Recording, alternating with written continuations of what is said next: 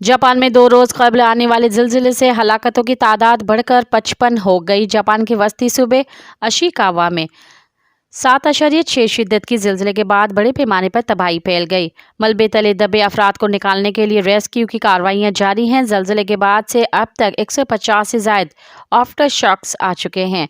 हलाकतों में इजाफे का खदशा जाहिर किया जा रहा है। अशिकावा में तबाही का असर जा बजा नजर आ रहे हैं। मुतअद्दिद इमारतें तबाह जबकि सड़कों पर दरारें पड़ गईं। ज़िलज़िले की शिद्दत से 300 किलोमीटर दूर टोक्यो में भी इमारतें लर्ज़ा उठी।